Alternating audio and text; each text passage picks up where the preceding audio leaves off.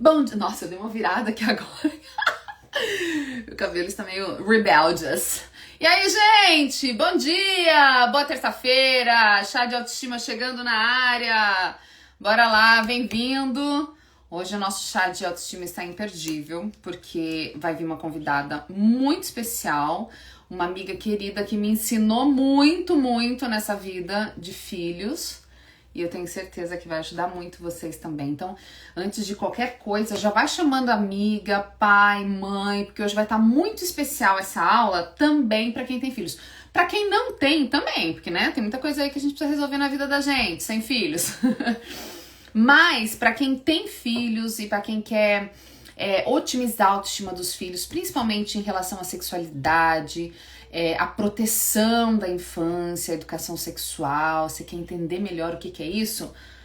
Já pega essa live aí e já vai avisando, gente, entra aqui, já clica aí no trequinho, no aviãozinho aqui, ó, já vai mandando pra todo mundo, porque a gente precisa conversar sobre sexualidade, infância, né? E tudo isso tem muito a ver com autoestima. Vocês estão bem, gente? Vai dando bom dia aí pra mim. Me diz se vocês estão me ouvindo bem, se estão me vendo bem as meninas. As meninas ali, ó, gritando. Mãe, eu tava arrumando a salinha de brinquedos agora com elas. A Kimberly, minha amiga, veio pra cá pra tá brincando com elas ali agora enquanto eu faço a live com vocês. Daqui a pouco elas entram correndo aqui, ó. A gente tava arrumando os brinquedos.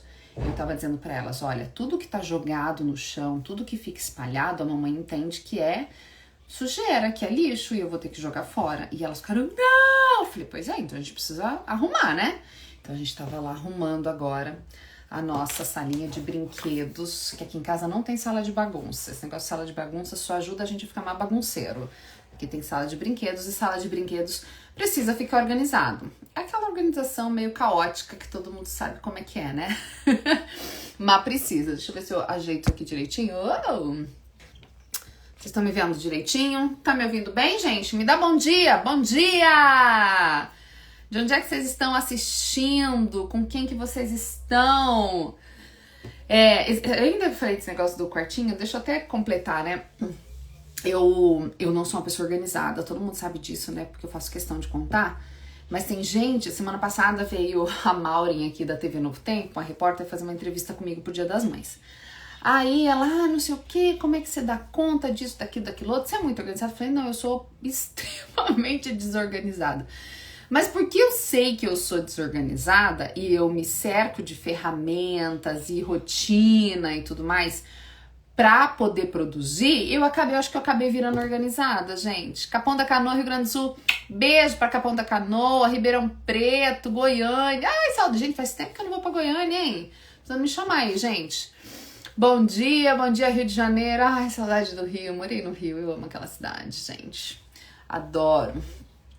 Bom dia, quem mais tá chegando aí? Já vamos dando oi. Já vai avisando a galera toda que a gente tá online. Guarapuava, Paraná. Oh, saudade de Guarapuava. Ai, que bom que você tá assistindo. Que bom! Capão Redondo, a Vanessa tá assistindo junto com as filhas. Minas Gerais. Minas, Pernambuco, Lisboa, Hidrolândia, Colorado, Paraná. Leliane! Então vamos lá, gente. É o seguinte. A nossa convidada, afinal de contas, ela é... Ai, cadê você? Entra ao vivo aqui. Infância. É alguém com quem eu aprendi muito sobre os assuntos relacionados à sexualidade na infância. E eu falei, não, ela precisa vir aqui falar com a gente. Ah, linda! Essa live de milhões finalmente aconteceu! Amém, Jesus, glória, glória. Amém. Não, gente, eu preciso contar, gente. Vocês não estão entendendo o que é conseguir uma live com essa mulher. Eu acho que tá mais fácil eu conseguir o Joe Biden, a rainha, que agora é rei. Tô quase ligando pra Charles. Hey, Charles! Porque não consegue. Eu falo, amiga, quando é que a gente vai conseguir fazer essa live? E ela só tá vindo aqui hoje porque ela sonhou que ela chegou no céu. E Deus não deixou ela entrar porque ela tava me devendo essa live, entendeu? Meu Deus, que pressão! É culpa. Você sabe que eu tô lendo Culpa e Graça, do Paul Tournier? Não sei se você já leu esse psiquiatra, ele é ótimo. Não, não li. Ele é um psiquiatra cristão muito maravilhoso. E eu tô lendo sobre culpa e graça, por isso que eu ri quando você falou aquilo. Eu ri demais. Falei aqui, ó, efeitos da culpa. Liane, você sabe da alegria, amiga, de ter você aqui, compartilhando tudo que você vem estudando nos últimos anos. Eu preciso contar duas coisas que foram muito importantes para o meu maternar. Gente, eu amo a Liliane de muito tempo, tá? De muitos anos. Ah, É, eu também. Amo tu, Chuchu. minha musa. E eu lembro que quando eu ganhei o Theo, eu dava muito beijo na boca do Theo. Ele era bebezinho e eu achei, cara, se eu pudesse engolia, né, meus filhos, bebês, tal, aquele negócio assim. E eu lembro que alguém me marcou numa foto, não, marcou você, sei lá, porque eu dava beijo na boca do Theo e eu postava ainda, né, desaforada. Eu pensava, gente, saiu da minha vagina, mamando no meu peito, o que é uma boca? Ignorância, né? Porque ignorância é atrevida. Tinha um professor de grego do Bertotti aqui no seminário que ele dizia, ignorância é atrevida, professora Polinária. E eu respondia isso para as pessoas. E daí eu cheguei no teu perfil e eu vi uma live, algum vídeo você falando sobre o efeito, né, sobre a criança de serem beijadas na boca. E aquilo assim, ó, me quebrou. Eu comecei a maratonar tudo que a Liliana ensinava. Comecei, amiga, foi muito fundamental. Mas teve uma outra coisa que você falou que mexeu muito comigo, porque eu sempre advoguei uma infância não violenta. E as pessoas, elas têm a ideia de que não bater em filho significa deixar o filho fazer o que quiser da vida. Tá, pode fazer o que quiser aqui. Não é? Não é? As pessoas pensam isso. Tem vários que vêm no meu perfil e fazem comentário do tipo, deixa crescer, faz o que quiser, vai fumar. Eu falei, gente, pera, disciplina é uma coisa, violência é outra. Mas você falou uma coisa, o Theo, ele devia ter um aninho, assim, e eu tava assistindo você caminhando, porque ele morava na Itália ainda, e você falou assim, crianças que apanham nunca denunciam abuso sexual. Você não vai lembrar que você vai falar isso 20 Ah, eu falo mil sempre. vezes. Você não vai lembrar, mas foi a primeira vez que eu ouvi, faz 6 anos, foi a primeira vez que eu ouvi que crianças que apanham realmente têm mais dificuldade de relatar, de contar, enfim. Já vamos começar por aí, amiga, porque você é minha musa inspiradora da proteção da Ah, infância. Se alguém não olha, habita esse planeta e não conhece a Liliana, já vai seguir, pelo amor de Deus, Liliane Rocha, psicóloga, a musa embaixadora da proteção da infância. Por que, amiga, que crianças que apanham não contam que estão sendo abusadas? aham. Ai, primeiro eu quero agradecer, Fabi, o convite maravilhoso. Estava com muita vontade de estar aqui bem antes. Mas o negócio é que as nossas agendas, porque, ó, deixa eu só esclarecer um negócio pro povo, não é só a minha agenda que é difícil, não, viu? A agenda dessa mulher aí, quando dava pra mim, não dava pra ela, quando dava pra ela, não dava pra tu, porque não dá pra tu, porque não dá Mas pra sua é eu. pior que a Tá? minha, a sua é pior que a minha. Mas é uma delícia estar aqui contigo. Amo você de verdade mesmo, a sua vida. Você também já teve falas incríveis que me ajudaram profundamente relacionadas a tantas questões da vida, reflexões, né? Então eu gosto, amo o seu jeito simples e filosófico de trazer as coisas, assim, tudo muito prático e muito profundo. Então, assim, super também sou fã do teu trabalho, neguinha. Obrigada.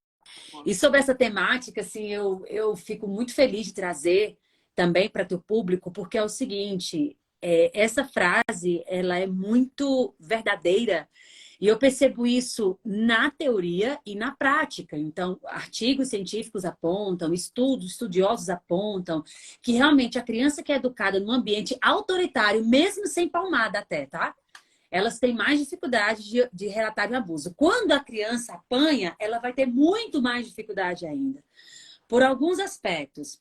Primeiro, a criança que apanha, inconscientemente, você pode falar para ela que o corpo dela é especial, que tal, que ela não merece, que ninguém faça mal com ela e tal, mas não tem como, as palavras não dão conta de superar as ações. Isso é clássico pra gente. Entendeu? Então, se eu falo para a criança que as pessoas não podem machucá-la, mas eu machuco, é muita incongruência, né? Não tem É uma como. E contradição, aí essa né? criança. A gente fala isso em casa, tipo assim, imagina se a gente batesse nessas meninas e dizendo, eu te amo, o papai tá batendo porque te ama, dá uma surra, eu te amo, eu te amo. Na cabeça dela, isso fica tão normalizado, amor e surra, Sim. que vai ser muito difícil para essa mulher adulta desvincular o tapa que o marido dá do amor que ele diz sentir. Tipo, E aí muita gente faz assim, mas como é que essa mulher fica nesse relacionamento desse jeito? Não tá na cara que esse homem, não sei o quê. Meu amor, tá gravado no psiquismo. Que amor e violência andam juntos. Tá amiga, gravado no explica o que psiquismo. é psiquismo, amiga. Explica isso aí. Tem um monte de gente Tá. tá chegando aqui agora. Bom dia, gente. Bom dia. O pessoal já desesperado. Vai salvar? Vai salvar. Fica tranquilo. Vou deixar a live salva, vou botar no YouTube. Essa live é de extrema importância. A gente faz esse chá de autoestima, Lelis, toda terça e quinta, né? E tem muitos assuntos que estão ligados à autoestima, né? A violência na infância é uma delas, que afeta profundamente a autoestima Total. da criança, né? Inclusive, a Total. Liliane tá. Lembra aquele curso que você gravou para mim de sexualidade? Eu botei agora no aulão de autoestima da criança. Tá na bio, quem quiser adquirir, gente. Tem um aulão de autoestima da criança e tem a Liliane Rocha lá falando de sexualidade infantil lá também. Explica o que é psiquismo e por que Então, isso grava. assim, porque assim, eu vou trazer de forma bem didática, tá? Porque a gente daria só sobre essa formação psíquica. Então, participação especial. Que linda! Ai, linda! Então, assim, gente, o nosso psiquismo o nosso psiquismo não é o nosso cérebro, tá? Porque nós temos a formação cerebral e a mental psíquica. Vamos colocar assim, a mental. E até tem gente que fala assim, nossa, parece que o psiquismo é uma entidade que tem na gente, né? Não, esse psiquismo, de fato, é realmente as nossas construções de memórias, de imaginação, aquilo que realmente reside, o nosso psiquismo é aquilo que reside o que eu sou, o que eu penso sobre mim. Não só o que eu penso no que se refere à massa encefálica, mas essa construção de ideia, de percepção que eu tenho sobre mim e sobre o mundo, sobre a forma que eu me relaciono comigo e a forma que eu me relaciono com o mundo. Então, nas nossas questões psíquicas, eu vou colocar assim de forma bem aspiada, né? No meu entender sobre quem eu sou. Por exemplo, nessa formação da autoestima, a autoestima não é uma coisa que você toca, é subjetivo, sabe? Então tem a ver com minhas questões mnêmicas, tem a ver com minhas memórias, meus sentimentos, minhas emoções, como eu percebo a vida, como eu percebo o outro. Tudo isso diz o meu psiquismo, né? Então, quando a gente fala de formação psíquica, psicológica, emocional, tá tudo ali entrelaçado, tá tudo Isso junto e entra, misturado. Liliane, isso entra naquela questão de formação de memórias? Porque, por Sim, exemplo, sim. aqui em casa eu tenho uma questão com Dama da Noite. Sabe aquela flor Dama da Noite, jasmim? Uhum. Quando eu era criança, era gostoso ficar no final da tarde de verão, no final do verão ali, a gente ficava, cheirava a rua toda. E eu lembro quando eu fui pra Itália. A mamãe tá conversando com aquela tia. Ai, meu nome. Parabéns, linda. Você. Tá bom, desenha a mamãe. Aí eu senti aquele cheiro, pra mim lembrava infância, lembrava aquela conversa de joelho. Eu lembro quando eu cheguei na Itália, tinha uma cerca viva de Dama da Noite. E aquilo me transportou para um lugar, e eu achei, nossa, eu falei assim, amor, eu sinto esse cheiro, a memória que eu tenho é de uma coisa boa, de uma vida livre, sem preocupações. Isso é o meu psiquismo? Faz parte do psiquismo e memória. Por quê? Porque o teu cérebro decorou o cheiro da flor. E essa memória, ela foi fixada ao cheiro dessa flor. Só que essa memória não diz dessa flor. Essa memória diz do que você viveu. Então, o que foi vivido atrás daquela flor, aí a gente fala desse psiquismo. Tá no teu psiquismo, isso não só na memória. Por quê? Porque a memória dá significados muito objetivos, a memória por si, entende? Mas o psiquismo traz esses significados subjetivos. Eu lembro que aí eu tinha esse sorriso e a gente corria, e quando eu corria eu sentia isso me traz mais isso. Então está ali gravado. Ninguém falou para você, olha, sinta o cheiro dessa flor e você vai lembrar disso, disso, disso, disso. Não, ficou gravado em você isso, né? E aí nós temos várias memórias e cerebralmente falando, né? Isso tem muito a ver com a memória olfativa. Então, o olfato nos traz memória, o paladar nos traz memória. Por exemplo, até hoje, quando eu sinto o cheiro do perfume Quasar, sem fazer merchan aqui, do Boticário, eu sinto o cheiro e me vem muitas memórias, sentimentos, emoções, percepções sobre minha época de namoro, porque foi o primeiro perfume que eu senti no cheiro do meu marido quando a gente namorava, quando a gente se conheceu. Entendeu? Então, quando ele fala, usa um casal, eu falei, meu Deus! Ui, amor! É hora de namorar! Entendeu? Então, assim, isso tem a ver muito com questões minhas psíquicas também, dessa época do namoro, que foi lá constituído. Por exemplo, até hoje, quando meu marido passa a barba no meu rosto, eu lembro do meu pai passando a barba no meu rosto. Entende? Então, eu fui com o significado, que a gente chama na psicologia, a significância, que vai para além do significado, fica impregnado no nosso psiquismo, na nossa constituição de ser e de dar significado a uma barba, por exemplo, no meu caso. Entende? Então, e é por isso, é com essa formação que a surra, o tapa, o grito, enfim, molda a maneira como a criança vai reagir? Claro! Como ela vai reagir, como ela vai sentir, como ela vai perceber a vida como um todo. Entende? Porque, por exemplo, você vê uma barba cerrada, você pensa uma coisa, Leiliane pensa outra. Porque na minha constituição houve uma experiência de meu pai passar a barba no meu rosto. Agora vamos pegar esse passar a barba com tapa. Então o significado que eu dou à barba cerrada do meu marido é impressionante. Eu vejo de longe, já me dá uma coisa boa de ver aquela barbinha cerrada dele. Mas não foi por causa do meu marido, foi por causa do meu pai. Agora se a minha lembrança, ou se meu psiquismo, nessa minha formação, nessas minhas memórias, tem ali essa mão do meu pai, essa mão forte, essa mão morena, que me bate, entende? Aquilo vai se formar no meu corpo questões traumáticas, tanto no que se refere às minhas questões psíquicas, mente, quanto ao corpo. Por quê? Porque, gente, os traumas, eles são registrados também no corpo. Não existe traumas. Tem calma no corpo. Trauma no corpo. Então, as minhas terminações nervosas, o meu corpo em si registra aquele trauma. Entende? Tanto aqui no que eu penso, quanto na forma que eu sinto ele no meu corpo. Então, o trauma não é só essa questão aqui mais subjetiva da nossa mente. Entende? Então, o meu corpo, por exemplo, quando o meu pai nunca me bateu, né? Mas, tipo, quando o meu pai me deu, vamos dar exemplo, deu um tapa em mim, a minha nádega registra isso no campo corporal e no campo também aqui minêmico, né? Do meu psiquismo. Ambos são misturados, não há uma separação. Mas há, sim, esse registro de trauma no corpo. Entende? Então, assim, nessa minha formação infantil, o que é que eu vou entender?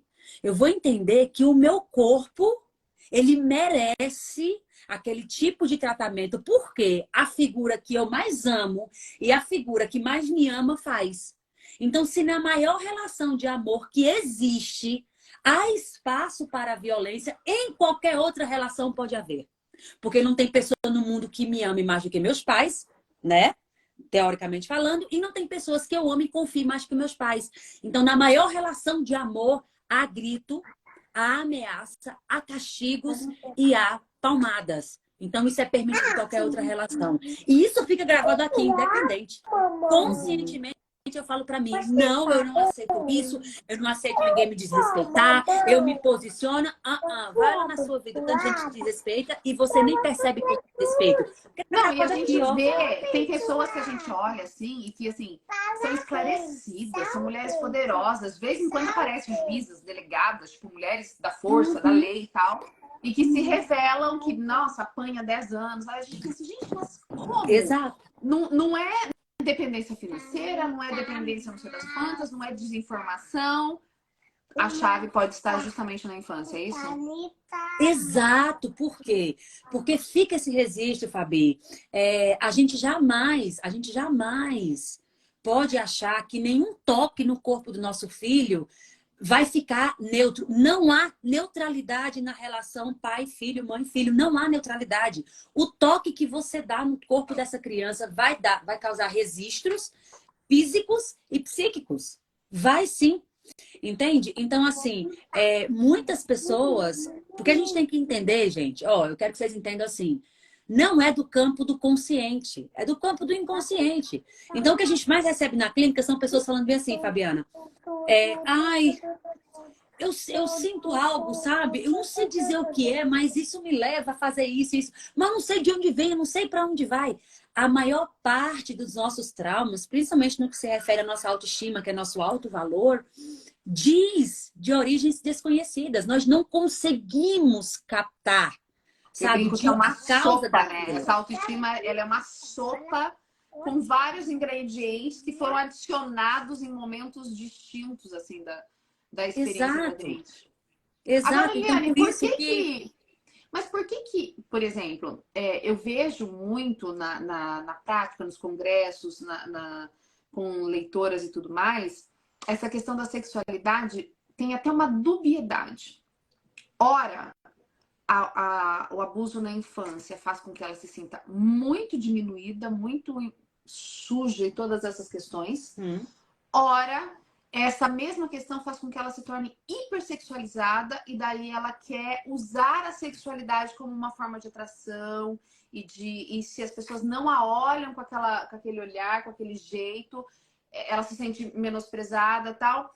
Por que que para algumas pessoas o abuso faz com que a autoestima vá lá no pé e ela fuja e outros faz com que ela dependa disso para a autoestima continuar boa?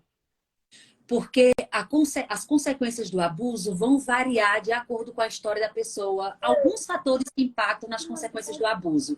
Quem abusou, quanto tempo abusou, qual era a idade do abuso, quanto tempo esse abuso durou, o que fizeram quando descobriram esse abuso, quando a criança relatou, teve ou não teve contato físico. Então, tudo isso são fatores de impacto que vão reverberar no nível de consequências. Agora, em ambos exemplos que você acabou de dar, ambas têm seríssimos problemas com a autoestima, só se manifesta de maneira diferente. Então, uma vai, por exemplo, uma das consequências no campo sexual, da relação sexual, do abuso sexual é a pessoa ter aversão a sexo ou se tornar uma ninfomaníaca, uma erotomaníaca. Então, entenda uma coisa, gente, quando o assunto é saúde mental, quando o assunto é saúde mental, os opostos, os polos são patológicos. Então, esses polos são patológicos. Eu não querer sexo de jeito nenhum é patológico e eu querer sexo demais é patológico. Eu achar que eu sou a gata borralheira, que eu sou não sei o quê, que eu sou horrível e tal, e eu sensualizar e tal, tudo que eu faço, e querer mostrar esse corpo e ser dependente de elogio é outro polo. Então, os polos são patológicos. Eu nem falo que a gente tem que buscar equilíbrio, que equilíbrio, para mim, tem muito a ver com inércia, tem muito a ver com insegurança. A imagem de um equilibrista, sabe? A pessoa tá Sim. insegura, cai, não cai, cai, não cai. E Então, é eu um não gosto da desconforto, palavra né? equilíbrio. Equilibrar tudo o tempo todo é muito É, desconfortável, gente.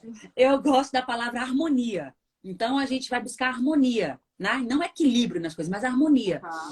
Então, em alguns momentos da minha vida eu posso me sentir assim, então não sei o quê, em outros momentos eu posso me sentir super, mas só que isso não vai ser determinante na minha vida Uhum. e não vai ser o tempo todo, vai ser algo esporádico, porque tem dia que a gente tá lá em cima, tem dia que a gente tá lá embaixo.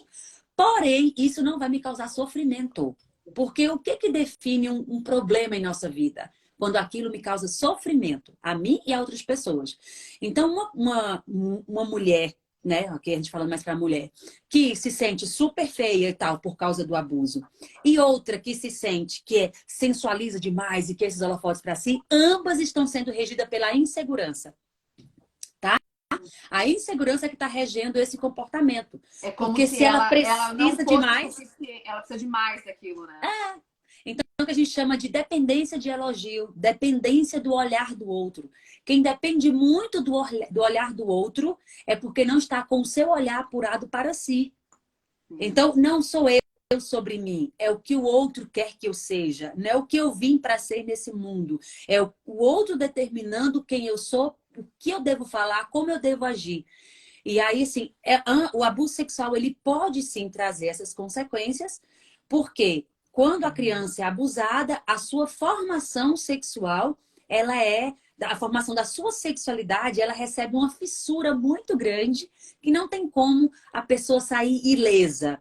Tem vítimas que têm consequências bem mais, a gente percebe, bem mais sérias, mais transtornadas. Tem outras que sabem dar, né, sabem, né? Mas passaram por um processo de ressignificação mais considerável a partir da vida, a partir de tudo que aconteceu com aquela pessoa. Ou seja, também a personalidade, a criação, tudo isso acaba sendo um Sim. estopo, né, para a maneira como a gente vai lidar com isso. Liliane, me tira uma dúvida que eu acho que deve ser de muita gente aqui. Como é que a gente percebe quando a criança não fala? Quais os sinais mais evidentes de que uma criança está sofrendo abuso? Porque eu imagino, assim, aqui em casa, e seguindo as suas orientações, gente, sou aluna da Liliane, sou fã mesmo. Então, o que eu tô falando aqui, eu aprendi muito com você. Eu acho que, sei lá, 90% do que eu sei sobre educação sexual na infância, eu aprendi com você. E uma das coisas que para mim foi muito importante é dar nome. Outro dia uma pessoa achou estranha porque a Titi estava na praça. Mamãe, minha vulva tá doendo. A calcinha tinha entrado, tava sentou na areia. Que bonitinha! Aí a menina Tchutchuca da Liliane! ela falou vulva. Eu falei, claro que é vulva. Vai chamar o quê? De periquita, borboleta, não é zoológico? É vulva, o nome disso aqui é vulva. E daí... essas velhas me encheu o saco, hein? Aí elas falam bonitinho. Onde... eu podia chamar elas pra mostrar, mas elas não mostrei mais aqui. Você fala assim, filho, quais são suas zonas íntimas? Aí ela fala, peito, pubis, vulva e bumbum. Elas falam pubis, eu acho maravilhoso. Mas elas sabem dar esse nome. Ou seja, elas têm 3 anos, elas sabem falar, elas recebem educação sexual em casa. Talvez muitas mães que estejam assistindo a gente agora estejam com um aperto no coração. Porque elas pensam, eu não faço isso, meus filhos não sabem o nome, a gente não conversa sobre esse assunto em casa, é feio, é tabu, é tudo isso, mas obviamente eu não quero que meu filho seja abusado, menos ainda que seja e eu não saiba. Então, que sinais a criança que não tem essa educação sexual, ela vai dar de que ela está sofrendo esses abusos, Liliane? Olha só, gente, essa é uma pergunta que a gente sempre está respondendo e é super importante. A criança, ela vai contar de alguma forma que está sendo abusada, mas ela vai usar as palavras como último recurso. Então, a criança vai contar pelo comportamento. Então, o comportamento é o maior indício. Tem criança que vai chegar para você e vai dizer, mamãe, o titio tocou na minha vulva assim, tocou na minha pepeca assim. Mamãe, vai, mas pouquíssimas, principalmente nesse mundo que não há educação sexual. Quando a criança recebe educação sexual adequada, direitinho, saudável, as chances dela contar, toda a literatura nacional e internacional fala disso. Gente, não tem outro caminho, é educação sexual, tá? Para a criança relatar, para a criança identificar, porque tem adultos que foram abusados na infância e até hoje não conseguem identificar. Eu faço uma live dizendo o que é, o que não é abuso. Descobri agora que eu fui abusada. Então, Eu já vi uma live foram... que eu vi os comentários das pessoas. Meu Deus, eu fui abusada, não sabia. Exato. Então, se adultos não conseguem identificar, imagine crianças. Então, a criança recebe a educação, você vai falar, não, esse toque é de abuso, eu não pode, né? Então, a criança, ela vai sim apresentar com seu comportamento, algumas de maneira bem clara, outras de maneira bem sutil, né? Então, mudança repentina de comportamento é um sinal universal. Essa mudança repentina de comportamento. E que mudanças são essas? A criança não era agressiva, está agressiva. A criança não era de mentir tanto e começa a mentir muito, muito, muito mesmo. Não é mentira normal, que é comum a criança mentir na infância por inúmeras questões, fantasia, medo dos pais e tal, enfim. Certo? Inclusive inteligência, né? Um sinal de inteligência a criança. Eu lembro que a primeira mentira que o Theo contou, eu falei, Bertante, amor, é inteligente. Pra criança você instrui, mas lá... Aqui deve estar normal. Então, a criança não tinha dificuldade de comer tal alimento, assim, nojo de tal alimento, que a criança rejeitar um alimento é uma coisa, ela ter nojo dele é outra coisa, a gente tem que estar atento. Né? Então, já atendi casos de criança que foi abusada, eu não vou contar que é abuso para poupar vocês, mas ela passou a ter muito nojo de macarrão. Porque no contexto do abuso tinha macarrão. E aí a mãe começou a falar, que frescura é essa? Você sempre comeu macarrão, senta e come. Porque você tem que comer o que tem em casa. Quando eu era pequena, eu não escolhia o que comer e não sei o que. Agora você quer escolher? E a criança comia, ela chegou a vomitar. Porque ela estava total relação abusador, usou macarrão, enfim. Então, são sinais. Agora, sabe qual é o grande problema, Fabiana? Que os sinais que a criança emite, muitas vezes são confundidos com rebeldia, com manipulação com desobediência. Então, aí, por isso que eu sempre trabalho junto à educação sexual, emocional e prevenção ao abuso. Por quê? Se é uma família que a criança já apanha, já é uma família que não conhece sobre desenvolvimento, o básico desenvolvimento infantil, que infelizmente é a maioria, né? E aí, interpreta o comportamento infantil como desobediência, rebeldia, manipulação, menino que não tem limite e tal, e tal, e tal, a criança vai estar gritando o abuso e a família não vai perceber.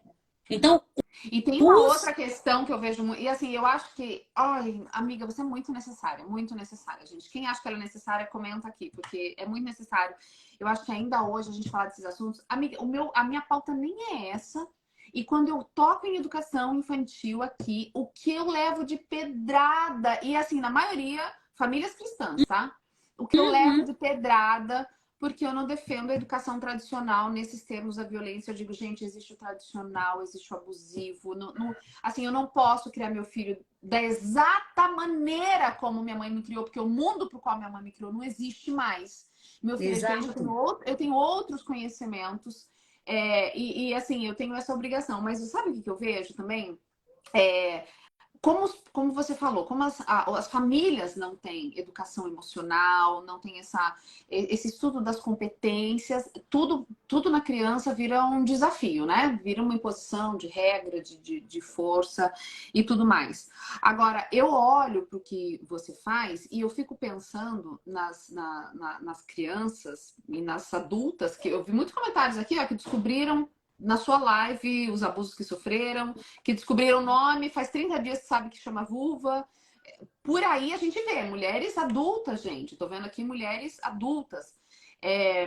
Agora, quando a gente vê esse quadro invertido, é uma criança que é desrespeitada, tem a sua autoestima sempre minada. Ela é uma vítima mais fácil do abuso, do abusador? Sem sombra de dúvidas. Tem estudos sobre isso, gente. Por quê? Escutem algo que eu vou falar para vocês. A maior ferramenta do abusador, na realidade são duas, e eu vou trazer essas duas para vocês. As ferramentas mais poderosas do abusador, sabe quais são? Sedução e silêncio, SS. Sedução e silêncio. Então, tem até a Christiane Sanderson, uma pesquisadora americana, uma referência em abuso sexual no mundo. Ela diz o seguinte: o abusador, ele tem um radar. Ela fala assim, ele tem um radar que ele detecta a criança mais carente. Ele detecta a criança com a autoestima mais baixa. Ela fala, inclusive, que ele percebe a criança cujos pais não vão notar. Exato. Nossa, a primeira vez que eu li isso, eu quase morri do coração. O abusador, ele percebe aquela criança que a família não tá nem aí para ela. Percebe. E por que ele percebe tudo isso? Porque 95% dos casos que eu atendi até hoje foram pessoas da família. Da família. É muito importante falar isso, né? Porque fica avô, protegendo a criança do mundo. Ai, meu Deus, aquele estranho. É em casa. Mais de 70% das crianças abusadas no Brasil, estatística do governo federal do ano passado, foram dentro de casa, na casa da criança e por pessoas conhecidas. As principais figuras de abuso são pais, padrastos, irmãos mais velhos, avós, tios, são as principais figuras de abuso. Então, ele conhece o contexto da criança, ele sabe se essa criança apanha, não apanha, como os pais lidam. Então, assim, coisas que vítimas de abuso já falaram para mim. Na literatura tem isso, mas eu já ouvi com esses ouvidos aqui que a terra não há de comer, né? Então... Porque ele virá em glória e vamos amém, estar inteiros, Senhor. Então, o que eu ouvi... frases do abusador. Olha, é tão injusto que como sua mãe fala com você. No teu quintal? É, que eu moro na chácara, então meu fundo musical aqui sempre é esse. Meus galos e as galinhas, meus macacos, meus tucanos. Então, o fundo musical é esse, das minhas lives, normalmente. De manhã. Então, gente, frases que os abusadores têm dois tipos de frases que falam às crianças. São frases sedutoras e frases amedrontadoras, tá? Então, frases sedutoras. Nossa, como é que sua mãe fica gritando com você? Eu acho isso tão injusto. Eu já até falei com ela para não fazer isso. Nossa, você é tão especial para mim. Eu gosto tanto do momento do abuso. Eu gosto tanto desse momento assim. Você me faz tão feliz. Como o seu toque me faz feliz. Olha, deixa eu te falar uma coisa. A forma que eu te toco vai fazer você crescer mais rápido. Vai fazer seu corpo se desenvolver melhor, porque eu quero o melhor para você. Eu tenho o melhor para você. Você percebe que nessa casa ninguém para brincar com você? Mas toda vez que o titio vem aqui, o titio senta com você no chão, o titio brinca com você. Porque eu fico pensando em você, o quanto que você é importante para mim. Viu, ontem eu liguei para sua mãe só para te ver. Eu fiz chamada de vídeo só para te ver. E isso, o abusador era irmão da mãe. Esse caso aqui, que eu tô relatando um caso para você. Era um tio. Era o tio, o irmão da mãe. Então, quando eu lembro de você, eu sinto uma felicidade tão grande aqui no meu coração que eu conto as horas para te ver. Então, ontem eu queria muito te ver, eu quis uma chamada de vídeo. Gente, a criança se sente tão especial, tão amada como nunca, porque muitas crianças não ouvem isso dos seus pais. Muitas crianças são criticadas no dia a dia. Teve até uma criança que até essa questão de apanhar e não relatar o abuso, sabe, Fabiana? Que o tio dela, já é outro caso de outro tio, que era irmão do pai agora. Ele era tão atencioso, tão carinhoso, tão afetuoso, que é uma característica dos abusadores. É esse afeto, é essa atenção. Que ela falou bem assim, tia, que eu atendi em consultório, não conta para minha mãe nunca que eu vou te contar. Eu já suspeitei abuso desde as primeiras sessões, mas a mãe veio com demanda de muita rebeldia, muita agressividade. E que eu tinha que dar um jeito naquela criança, né? E aí ela falou assim, não conta para minha mãe, jamais o que meu titio fez. Por quê? Eu derrubo um copo de água e ela briga comigo, qualquer coisa que eu faça ela me bate, meu pai me bate. E se eu disser que o titio tá tocando em minha pepeca? Eu fiz até um post sobre esse caso. E se eu disser que o titio tá tocando em minha pepeca? Eu vou apanhar muito. Porque tudo é culpa minha. Tudo é culpa minha. 6 anos a criança. Ela Então, apanha porque derruba um copo d'água, imagina o que vão fazer com ela se ela conta que está sendo estuprada. então Olha a relação que a criança faz da. Ai, entendeu, gente? Então, assim, quando a gente fala, muita gente fala que, ai, mimimi, negócio de bater. Então, assim, o abusador percebe, o abusador tá perto e ele vê a dinâmica familiar, ele repete as falas da mãe. Então, quando o abusador repete as falas da mãe, repete as falas do pai e se coloca como advogado da criança, essa criança fala, ele me entende. Por quê? Porque o abusador, ele estuda sobre, muitos deles estudam sobre desenvolvimento infantil. Então, o que eles fazem? Ou eles percebem mesmo. O que eles fazem? Eles sabem como a criança se sente quando apanha. Eles sabem o que a criança, como a criança se né, coloca, amiga? A enfim. maldade tá aí, a maldade é atenta. Então assim, então ele usa o que a mãe falou, o que a criança sentiu. Olha, sua mãe falou isso, eu não gostei. Eu imagino que você ficou sentindo assim, eu imagino que você queria que ela fizesse isso que você. Aí a criança fala, ele me entende. Ela me Cria um entende. bond. Aham. Que é o que muita gente fala assim, ai, a síndrome de Estocolmo, sendo que absurdo. Como que é absurdo? É aquela pessoa que no seu momento de desespero, que foi ela quem causou o seu desespero, inclusive, tá ali para te ajudar a lidar com aquelas emoções e é sua única fonte de afeto. Quer dizer, Exato. Por quê? E nós estamos numa época, Fabi, que as crianças, elas estão muito distantes dos pais. Entende? Nós temos uma vida corrida, que eu não estou aqui para julgar ninguém, porque também eu tenho essa vida corrida. Tem dia que eu quero tudo menos brincar com meus filhos. Tô cansada, tô acabada, enfim. Só que a gente tem que entender que o brincar. Tem um psiquiatra que fala o seguinte no livro dele também. Ele é especialista em inteligência emocional. Ele diz que o Daniel brincar Goleman, e o humor, inclusive o humor, é a principal energia psíquica. O humor na família. não é Então, o contar Daniel piada. Goleman, não é? Não, não, é outro. Tá até o livro dele aqui, Inteligência Emocional na Adolescência. Eu achei fantástico, porque ele foi o único, até hoje, que eu vi, assim, falar do humor de uma maneira tão incrível, tão séria. Falar de humor de maneira tão séria, assim, sabe? Como energia psíquica para a formação da saúde mental do ser humano. Então, Sim. o humor, o brincar, é tudo para a criança. Então, o que é que eu quero que vocês entendam? Que nós estamos nessa vida corrida, as crianças estão sentindo, sim, mais largadas, elas estão muito tempo em telas, elas estão, enfim, não vamos entrar nesses métodos. E aí, os abusadores percebem essa vulnerabilidade dentro desse, porque o abusador ele personaliza os abusos, né? Então ele percebe isso, ele usa isso. E o que é que ele faz? O que é que ele faz? Ele dá carinho, dá afeto, dá atenção, dá brinquedos, dá Dá o que presente, ela fala não palavras tem, né? lindas. Hã? Dá o que ela não tem. Não, aí ele fala palavras lindas, dá tudo isso, e no meio de tudo isso ele abusa. É Então a um cabeça da balaio que a criança, criança não consegue perceber. Nossa, porque ele faz é tudo, muito. ele faz tudo muito bem feito, e outra coisa, ele tem um apreço dos pais. Porque antes do abusador aliciar a criança, seduzir a criança, ele seduz os pais. Ele ganha E tem uma primeiro. coisa muito, muito séria nisso, e que eu vejo isso em muitas famílias, inclusive na minha. Nós temos abusadores na minha família. E que eu tenho Uhum. muita vontade de fazer um BO e por causa dos meus pais eu não faço. Se você estiver me assistindo, inclusive, seu filho da mãe, eu ainda vou te denunciar. E o que que acontece? É o tal do mal-estar. Ai, não, mas daí vai ficar um mal-estar. E as filhas dele, a mulher dele, a gente é amiga há tanto tempo, todo mundo vai saber. Aí, pelo bem-estar da família, a gente reduz o abuso a qualquer coisinha. Ah, foi Uhum. um negocinho ali. Uhum. E eu fico imaginando a autoestima, fico imaginando que eu vejo isso de perto, a autoestima dessa pessoa que foi abusada. Quer dizer, então é isso. Eu não valho mais que o bem-estar aqui geral, o Não, churrasco de e não é, domingo. assim, sabe, Fabiana, analisando de maneira bem profunda, não é nem a família, ela não é nem o bem-estar, sabe? Assim, vamos dizer assim. Mas é a zona do conforto. Não vamos mexer, Ah, não mas vamos é mexer no que está quieto. isso. Agora, só como eu sempre falo, né? Não denunciar o abuso é proteger o abusador. Quem você quer proteger? É isso. Quem? Você, a sociedade que eu falo. Quem nós Sim. queremos proteger? A vítima Ou abusador. ou o criminoso?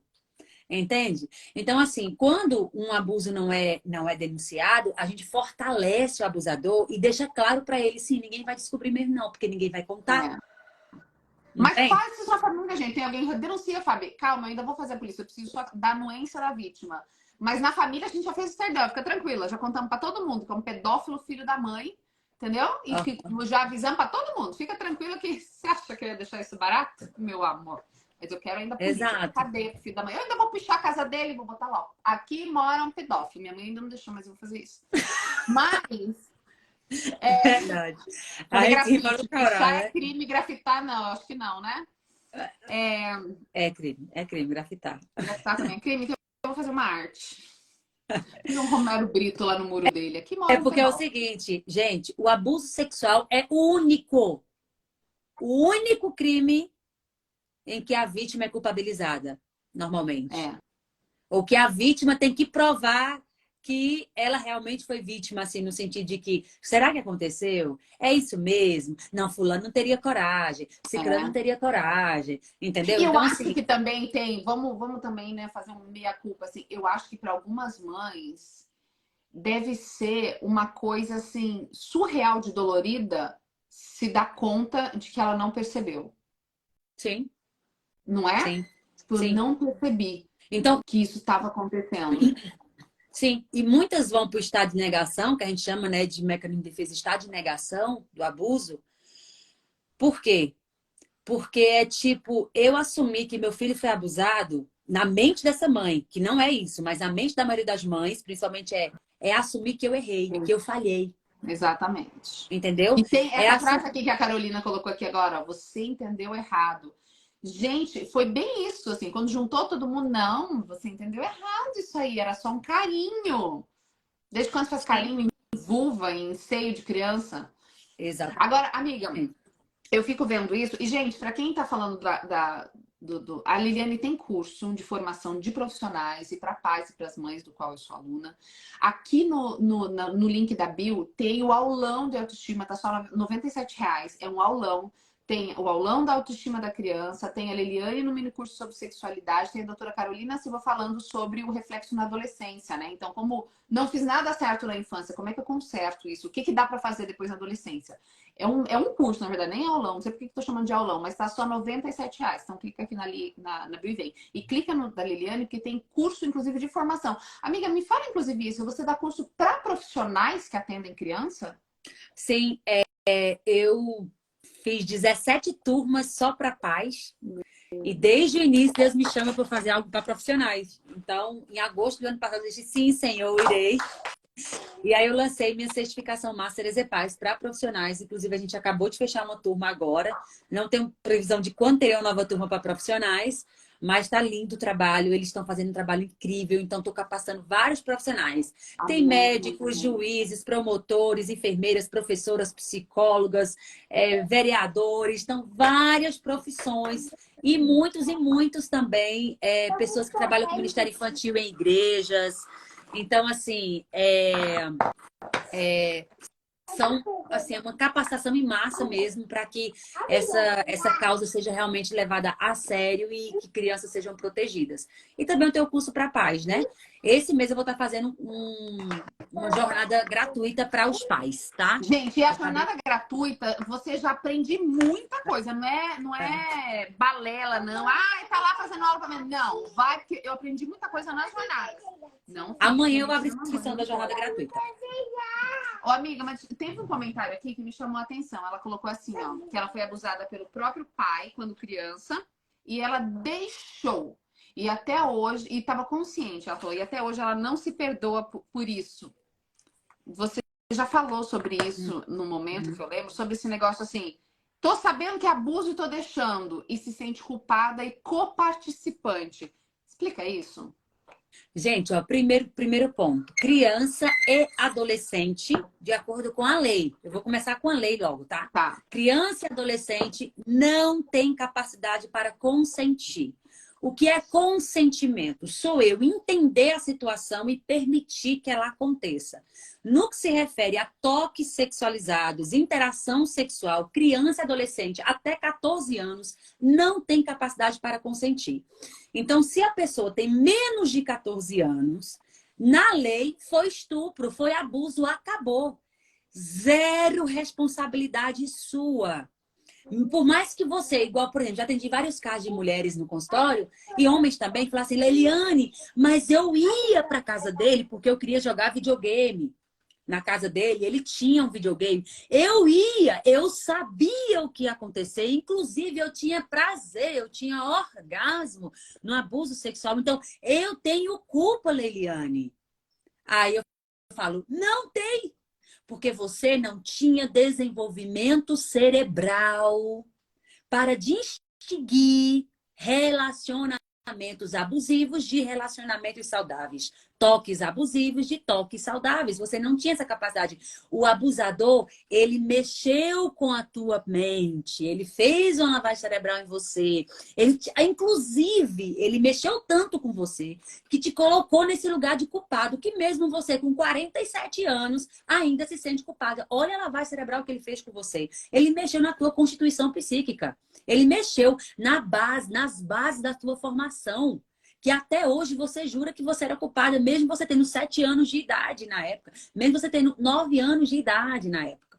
Entende? Então, até 14 anos, mas eu quis o beijo. Não, até 13 anos, 11 meses e 29 dias não tem capacidade para consentir. Leiliane, depois de 14 anos, então não vai ser abuso? Vai, se o adolescente não quis. Então, se foi também seduzido, vai ser abuso até 110 anos, entendeu? Vai ser abuso se a pessoa realmente entrou nesse jogo da sedução e foi tocada sem seu consentimento. Vai ser abuso. A partir de 14 anos, foi tocado sem consentimento, é abuso. Menos de 14 anos, não, a criança pode deixar, a criança pode pedir, o adolescente pode pedir, ei, toca aqui. Se tocou, foi abuso mesmo pedindo. Por quê? Pediu porque não sabe, não entende direito ainda o que são essas questões. Não tem. Então, essa é a questão. Entende, gente? Então, tem que ficar isso muito claro. E os 3 principais sentimentos da pessoa abusada, quais são os 3 principais? Medo, vergonha e culpa. E essa tríade que eu chamo de tríade da dor persegue a vítima do abuso por adultidade adentro. Entendeu? Então, assim, medo, vergonha e culpa. Tem medo de alguém descobrir, medo do que pode acontecer. Sente culpa, eu sou a culpada, eu merecia. E vergonha, quando descobrir o que vão achar de mim. Entende? Então, tudo isso vai rodando a cabeça da vítima, não importa a idade. Medo, vergonha e culpa vão estar ali, ó. Agora tem um outro comentário aqui que me chamou a atenção. Fala, minha avó foi abusada, minha mãe foi abusada, eu fui abusada. Como quebrar esse ciclo? Sabe o que eu acho? Que às vezes tem mulheres, e homens também, gente, muitos relatos de meninos abusados. Só um minutinho, cachorro. Conta no meu ouvido. Só um minuto que eu tô um segredo aqui.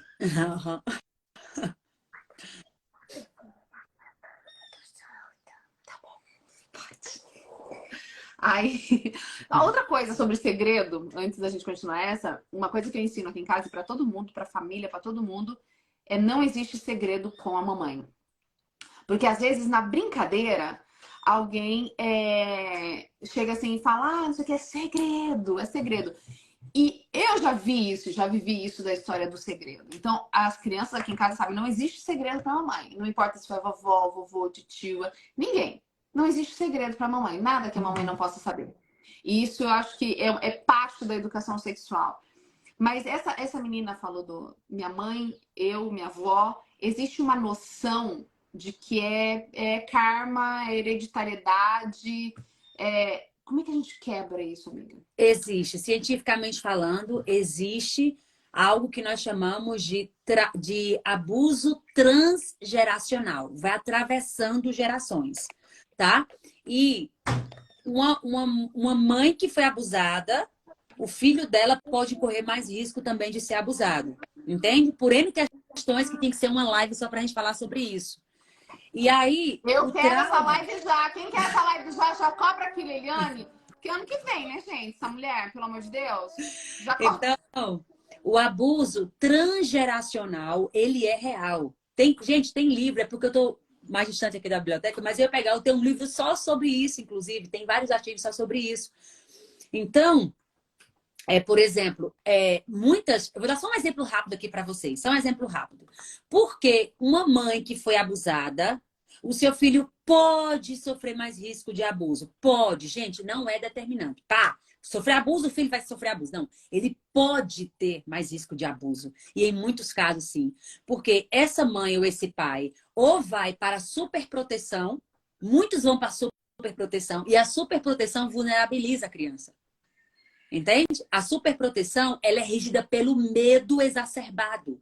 E quando eu tenho medo exacerbado... de incapacidade que você cultiva na criança. Exato. Minha mãe precisa fazer tudo por mim, né? Porque eu não posso fazer nada, então eu não sei fazer nada, eu não me defendo. Exato. E a criança, ela é justamente isso. A criança não consegue desenvolver sua autonomia e sua autoproteção quando está num ambiente de superproteção. Então, esse é um dos pontos. Outro ponto é a facilidade da vítima de abuso entrar na culpa, na vergonha e no medo em relação ao filho que foi abusado. Então, tem crianças que foram abusadas, fica muito claro, mas como essa mãe ou esse pai foram abusados, eles não conseguem perceber. Porque o seu trauma tampona isso. Não é negligência, muitas vezes, sabe? As pessoas facilmente falam, que mãe negligente, que não viu, que pai negligente. Pera aí. Existem traumas que atravessam essas pessoas, muitas vezes. Então, a gente tem que analisar caso a caso. Então, o trauma transgeracional, no que se refere a abuso, a palmadas, né? Eles vêm atravessando com tudo. E se não tiver alguém que quebre o ciclo, eles vão. Eu já acompanhei casos de 5 gerações de abuso sexual do mesmo jeito, sabe? Sempre os avós. Sempre os avós. Entende? 5 gerações. Da neta. Aí o avô abusava, aí o outro avô abusava. E assim, 5 gerações. Então, normalmente acontece assim, certo? Já acompanhei de 3 gerações o pai abusar das filhas, entende? Então, assim, tem que ter essa quebra. Leliane, como quebrar isso? Gente, primeiro ponto, não tem outro. Não tem outro. É conhecimento. Eu amo o verso bíblico que fala, meu povo perece por falta de conhecimento. Tem muita família perecendo por falta de conhecimento. A gente, para fazer um pão, a gente tem que ler sobre como fazer pão e erra um monte de vezes. Agora a gente quer educar filho sem ler uma linha. Não, sabe que às vezes eu brigo assim com as minhas... Brigo não, né, gente? Eu amo vocês sabem disso. Mas às vezes eu fico assim... Eu acho que é a tarefa mais difícil do mundo, você criar o ser humano, criar bem. Eu tenho certeza. E eu fico pensando nas pessoas assim, como é que eu faço? Eu falei, gente, leia o mínimo. Eu dou várias dicas de livro, de curso, já indiquei você várias vezes, indico livros, autores que eu leio. Gente, vocês querem ter sucesso na criação dos filhos? Se é para fazer uma faculdade, se é para ter uma carreira, se é para ter um aumento, a gente vai lá, se empenha, faz estudo, faz concurso. Para os nossos filhos, a gente não gasta o mínimo, a pessoa não lê um livro, não faz um curso, porque acha que vai. Gente, quem cresce sozinho sem tratamento é capim, é erva daninha. Tu nem planta, nem planta boa Ainda cresce precisa da direito. terra, precisa do solo, precisa dos minerais da terra para poder. Exato! É urgente falar disso, é urgente. Exato. E Agora outra, isso. tem, né, amiga? Hoje tem. Você tem uma Liliane Rocha dando curso online. Minha mãe não tinha esse acesso. Minha mãe não Nem a podia minha. ter esse acesso. Nem, aliás, eu comecei a ter isso porque eu sou mãe tardia, né? Porque eu fui mãe velha já. Mas as minhas amigas que tiveram filho há 10 anos, há 20, também não tinham. Agora a gente tem, quer dizer, tá acessível. Eu posso assistir um curso, eu posso ler um livro, eu posso ver uma pessoa falando de graça na internet. E a gente não se dá esse trabalho, chega a me enervar. Agora, isso, Fabi, é muito cultural. A gente foi educado que educação é intuitiva. Mãe já sabe, mãe sente tudo, mãe não, educação não é intuição, não, gente. A Gente, não é intuição é intuição, nossa utilizada. intuição está corrompida pelo pecado, gente. Não precisa de intuição e boa. Exato. Tem coisa assim que eu sempre falo assim, uma intuição não guiada pelo Espírito Santo pode levar à destruição. Totalmente. Porque a minha intuição está permeada pelos meus traumas também. Eu tenho a intuição, nesse momento, eu gritar com meu filho, porque não é intuição, é só repetição de padrão. Então, não confunda intuição com repetição de padrão. Então, assim, a gente, e assim, eu nem condeno as pessoas que não têm costume de ler e de estudar, porque é algo cultural. Então, a gente está levantando essa cultura de estudar para educar agora. Então, o apelo que eu faço para você hoje são dois, principalmente. Primeiro, não se sinta culpada por tudo que a gente está falando aqui, porque a informação, a Fabi veio aqui com todo o coração aberto, eu vim aqui com o coração e alma aberto para vocês também, não para causar sentimento de culpa. Não, é para mostrar esperança. Exato, é para mostrar que existe o caminho.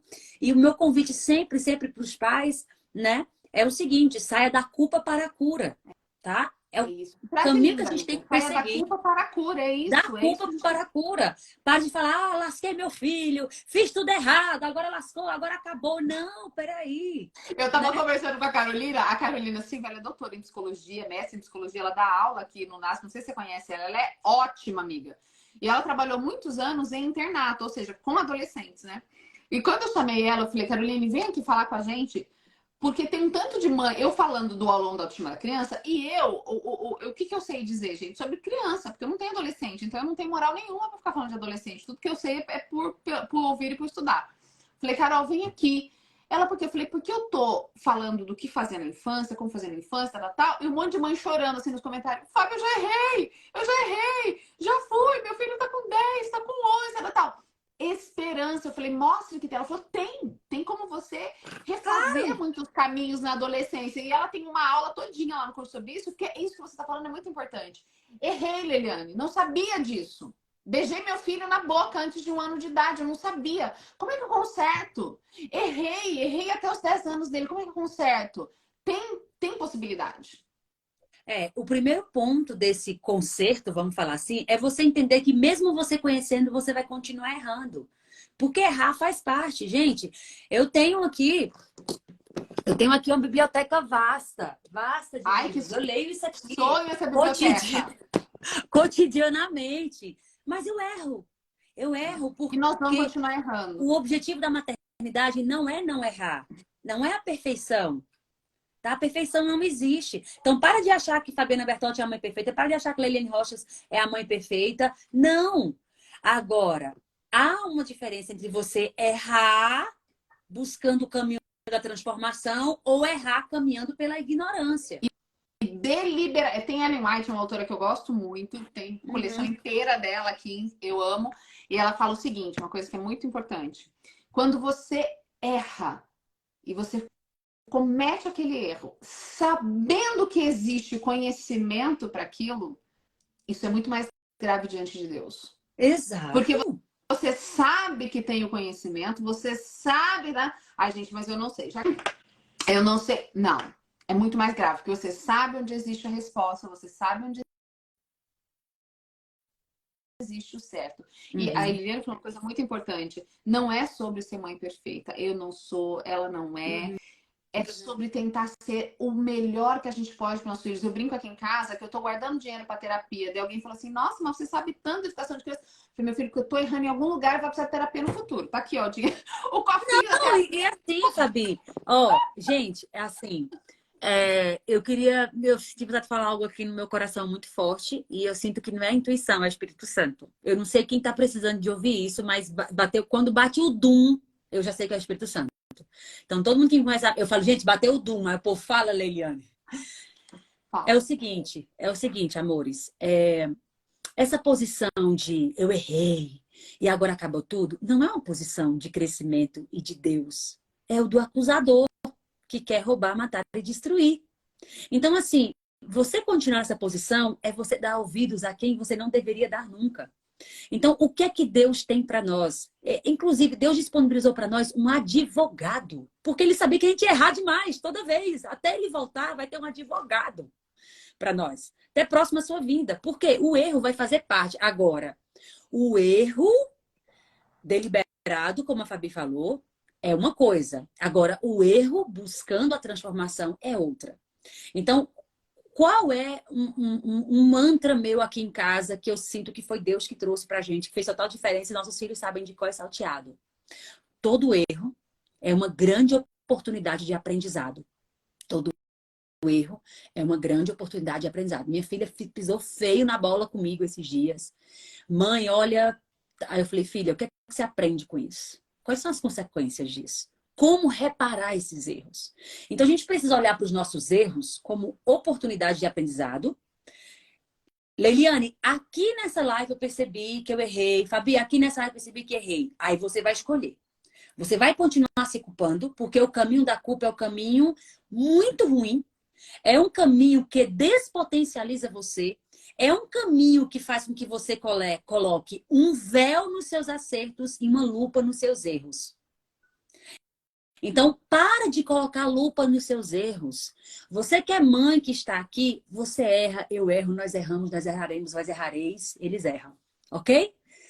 Acontece agora, o que é que eu estou fazendo com os meus erros? Eu estou me colocando no lugar de culpada e vítima. A bichinha deu, eu erro muito porque apanhei muito, né? Eu erro muito porque isso, porque aquilo. Não, você erra por causa disso? Aí na sua mente? Não, você vai dizer assim, apesar disso, eu vou buscar quebrar esse ciclo. Então, pega o erro como assim, o que é que eu posso aprender com ele? Quando você conseguir fazer isso com você, você vai conseguir fazer isso com seus filhos. Você vai sair dessa educação punitiva. Sabe por que você se pune? Porque você foi punido quando errou. Então, na educação tradicional, o que acontece? Na educação tradicional, a criança errou, tradicional que eu falo punitiva, porque há uma educação tradicional maravilhosa também, né? Então, a Mas educação tem essa tradicional autoritária, né, amiga? essa Que só pune. punitiva, de autoritarismo, né? Então, olha só, o Doom que eu vou falar agora, ali foi a introdução do Doom. O Doom é agora, tá bom? Então, quando você era pequena, criança, adolescente, você errava. Qual era o propósito da educação dos nossos pais? Que eles fizeram tudo isso querendo acertar muito, amando muito, querendo formar homem e mulher de verdade. Era o que eles tinham na época, eles não tinham outra opção, ok? Então, quando você errava, qual era o propósito dos nossos pais quando eu errava? Quem errou? Se errou, vai ter que pagar pelo erro. Então, na nossa educação, nós somos educados que quem erra tem que pagar pelo seu erro, no contexto familiar. Não estou falando de um criminoso, mas no contexto familiar. Então, o objetivo de descobrir quem errou não era para reparar o erro, era para pagar pelo erro. Então, era bater, era castigar, era gritar, enfim. Você cresceu com essa formação psíquica, voltando lá para o início, o psiquismo, você cresceu com esse padrão. Errou, tem que pagar. Errou, tem que sofrer. Hoje, você está livre. Você é adulta, você é adulto, você cuida de você. Não tem teus pais para te acusar, para te castigar. Então, você faz isso no lugar deles. Eu errei como mãe, então, pá, culpa, errada, olha só, traumatizando seu filho. E você repete, porque a figura dos pais saíram, mas no teu psiquismo ficou. E aí você vai fazer isso com você, porque é teu padrão. Quem erra tem que sofrer pelo erro. E o nosso convite aqui hoje para você é, ao invés de você achar que você tem que sofrer pelo erro, você tem que olhar o erro, a percepção do erro como uma oportunidade para você aprender. Eu errei. Eu fiz o melhor dentro do que eu podia, dentro do que eu sabia. Mas eu posso fazer melhor ainda a partir dos conhecimentos que eu estou tendo contato. Aí esse é o segredo para a gente sair da culpa para a cura. Ao invés de você pegar essa live que eu e Fabi deixou de ficar com o menino, deixou de dar um chamego a mais no marido agora de manhã, deixou de fazer várias coisas. Você acha que a gente veio para essa live para deixar você se sentir mais culpada? Não. A gente veio aqui justamente para dizer para você que você é uma mãe incrível. Você é uma mulher incrível. Você tem acertado tanto com seus filhos, tanto que eles te chamam 400 mil vezes por dia. Mãe, mãe, mãe, mãe. Você é referência, né? Você é referência para eles. Você errou, você vai continuar errando, mas entenda, errar não é o problema é continuar no erro e ter orgulho do erro e defender o erro, sabe? Então, coloca no teu coração, meu amor, você é uma mãe incrível, maravilhosa. Se seus filhos pudessem te descrever, eles iam descrever de uma maneira incrível, sabe? Eles iam dizer que gostam do teu cheiro, que gostam do teu abraço, gostam do teu carinho. Tem teus erros que precisam melhorar? Sim, tem e sempre terão. E nós vamos sempre melhorando. Então, escolha hoje sair desse lugar de culpa. Escolha sair, porque cada vez que você se culpa, você está plantando sementes de traumas na sua criança. Então, se você não quer sair da culpa por você, saia por sua criança. Porque a culpa só vai colocar em você um peso que você não vai carregar só, você vai dividir com seus filhos. Quando você vai para a cura vai entrar assim, você restaurando você e você vai transbordar a cura para os teus filhos. Quando você perceber que você não é a culpada da história, você vai parar de culpar os seus filhos pelos comportamentos deles. Quando você parar de culpar você quando erra, quando você parar de maltratar você quando você erra, você vai parar de maltratar seus filhos quando eles erram. Quando você olhar seus erros como uma oportunidade de aprendizado, quando seu filho gritar com você, você não vai dizer assim, que menino rebelde, eu tenho que colocar limite, porque vai apoiar, sei o quê. Você vai colocar limites ensinando a partir daquele erro. Filho, eu entendo que você esteja com raiva, mas essa não é uma forma respeitosa de falar com a mamãe. Como eu posso te ajudar para a gente se acalmar junto? Porque nessa casa ninguém grita com ninguém. Porque a gente não grita com quem a gente ama. A gente fala respeitosamente. Eu não aceito que ninguém fale assim com você. Mas também não aceito que ninguém fale assim comigo. Nessa casa a gente se respeita. Vamos nos acalmar. Limite foi estabelecido. Mas o alvo não é culpabilizar. O alvo é ensinar, é orientar, é curar. Amiga, foi para mim. Obrigada. Suas palavras trazem esperança, trazem cura. Eu acho que todo mundo que está aqui nesse momento sentiu isso também. A gente quer que vocês que estão acompanhando a gente, quer que você sinta a esperança de que dá para fazer. Eu amo um verso bíblico que diz que Deus fez novas todas as coisas. E outro que diz que a misericórdia se renova pela manhã. Todo dia uma chance de começar de novo, de acertar. O conhecimento está disponível. Você pode ir no perfil da Liliane, você pode ir no meu. Tem muita coisa gratuita, tem cursos, tem livros. Nos dois perfis você tem acesso. Que Deus abençoe você na criação da sua criança. Que Deus abençoe você no seu processo de cura, né? Que Deus abençoe você na orientação dos seus filhos, da sua casa e também de outras pessoas, para que você seja bênção. Pessoas curadas curam. Pessoas machucadas continuam a machucar. Amiga, Deus seja louvado. Obrigada. Obrigada. Você sabe, a gente sabe o quão foi difícil marcar esse encontro, mas ele tinha que acontecer agora, porque alguém aqui, nesse momento... A pressão do Senhor foi grande, eu perdi no céu. Meu Deus do céu. Porque Deus sabia que não ia te perdoar, mas Deus sabia que existia alguém hoje aqui que precisava escutar. Obrigada. Deus te abençoe exatamente como eu quero terminar, a gente vai finalizar agora, né? E eu falei tanto da ciência, e eu quero terminar com um versículo também, que foi minha meditação de hoje, né? Antes de entrar aqui, bem mais cedo, né? Que eu acordo bem cedo. Que é aquele verso que diz o seguinte: os jovens se cansam e se fatigam, e os moços exaustos todos caem. Aí vem aquilo que eu fiquei assim, deslumbrada com Deus com o restante do verso. Mas os que esperam no Senhor renovam as suas forças. E eles voam, sobem como águia. Correm e não se cansam, caminham e não se fatigam. Qual é a lógica do mundo? Qual é a lógica do ser humano? A lógica do ser humano é você engatinha, você dá os primeiros passos, caminha, você corre e voar não é uma possibilidade a gente voar. Mas os que esperam no Senhor, eles começam voando como águias. Depois eles correm, depois eles caminham. Então, quando a gente pega tudo que Deus tem para nós, Deus nos quer voando. Deus nos quer voando. Então, se você tomar posse mesmo, você introjetar para você o ser incrível que você é. Você é filho de Deus, você é filho do dono de tudo, você é o filho e filha do dono da paciência, do dono do amor, do dono da abundância. Em Deus há abundância. O inimigo quer te colocar, o mundo quer te colocar numa lógica. Nós fomos educados numa lógica da escassez. Me falta, eu não presto, eu não vou, meu filho vai ser um rebelde. E a gente começa profecias tão negativas em relação a nós e aos nossos filhos. Começa a falar pro teu filho: meu filho vai ser um menino incrível, minha filha vai ser incrível, porque eu sou uma mãe incrível, eu tô dando o meu melhor, eu tô buscando, eu tô voando como uma águia, eu tô correndo, eu tô andando. Porque para Deus, o nosso alvo é para cima, é começar subindo como águia.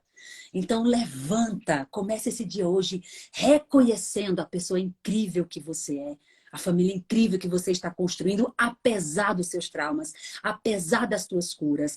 Mas quem voa como águia, voa com conhecimento, busca conhecimento. 3 É isso. conhecimentos você vai buscar, 4 conhecimentos você vai buscar a partir de hoje para a gente fechar. Conhecimento do alto, autoconhecimento, que é conhecimento de si. Então, conhecimento do alto é o primeiro, autoconhecimento é o segundo. Conhecimento das pessoas que você se relaciona e conhecimento das ciências. Vai com tudo! Vai, tem aí. Quem quer saber mais, clica na bio, que tem Autoestima da Criança, com aulas com a Liliane também, com a doutora Caroline. Tem o e-book Autoestima da Criança, que tá lindo. Vai lá no perfil da Liliane, também tem muita coisa para profissionais que lidam com crianças, para pais. É bênção tudo que ela faz. Gente, vocês gostaram? Coloca aí, eu não sei, né? Vai que alguém não gostou. Vai que a gente tá aqui também, falando. De repente a gente tá com a autoestima tão boa aqui, achando que todo mundo gostou.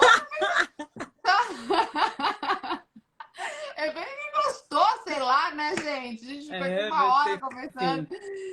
Amiga, Deus seja louvada. Obrigada. Obrigada por tudo que você tem feito na sociedade, nas mídias digitais e que transborda para nossa vida real, viu? Agora eu vou ter que achar outra coisa para deixar você culpada pra gente voltar aqui nessa live, que a gente precisa falar de... Eu saí da culpa para a cura, minha irmã. Glória, glória. Graça. Amiga, te amo. Fica com Deus, todos Beijo, vocês. Boa terça-feira, gente. Até o próximo chá de autoestima. Tchau, tchau. Quinta-feira. Tchau. Valeu.